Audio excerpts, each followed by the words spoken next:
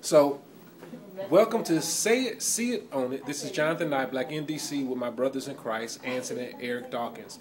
I want to talk to you all about success and perseverance. You know, I'm allowing myself to be shared on the internet as I progress into greatness, as all of you all are as well. And I want to bring you all people who are doing wonderful and great things. So, we are about to do a slight little interview with Eric Dawkins first, just to kind of talk about what it takes to be successful. So everyone, this is Eric Dawkins.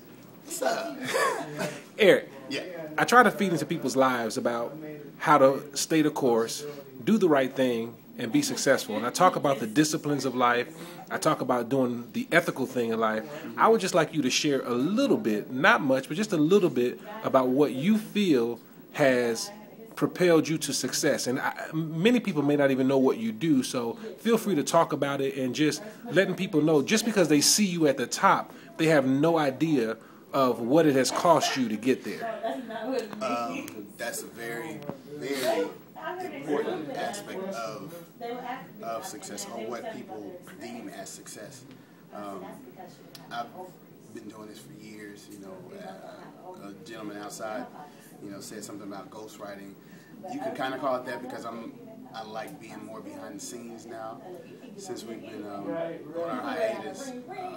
But it just really takes a high level of consistency and tenacity, and just you have to be really certain that whatever you're setting out to do is something that you have a passion about. Because if you don't have a passion about it, then any little thing that happens that is on the negative side of the fence can kind of trip you up, and then you get caught up in whatever it is that got you tripped up, and you lose sight of your focus, and then next thing you know, 2-3 years gone by, and you're like, man, I should be way further than I am now, which is something I think we all say at some point.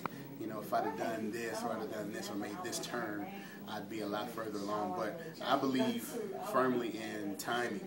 Like, you wouldn't be anywhere but where you are right now. Now, there are different routes you may have taken to get to where you are.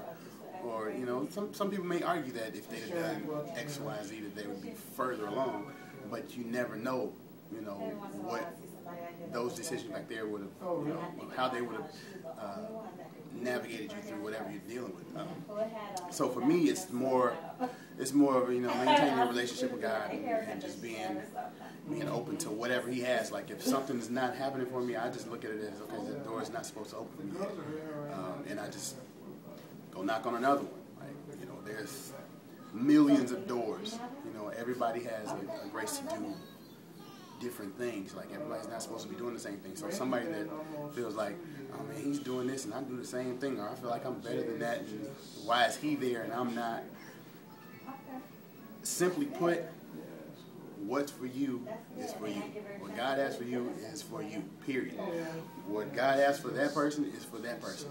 You couldn't have what they had unless you did a mirror of what they did to get to where they are. And even then, your outcome may be different. You may get a little less, or you may get a little more. So you can never use that as, let me do the same thing that they did, see if that gets me where they are. You have to be cognizant of your own journey. Like, your journey is your journey, period. I can't say that enough. What's for you is for you. And as long as you keep that focus and that mind frame, then, you can't be mad at anybody else. You can't be mad at God. You just have to look at yourself. If you keep your focus right there, it's a lot of stuff that can distract you on either side. Just put blinders on. I put blinders on. I get tunnel vision when it comes to my career, like from relationships, from friendships, all that. Like, any little thing that can distract me, I try to keep it as far to the right or left as I can. But yeah, it's really all about consistency, and just staying true to who you are and what you do, and not trying to be something that you're not, which is somebody else. Well, ladies and gentlemen, I just want to say thank you to Eric for sharing that with you. I hope it is something that helps you.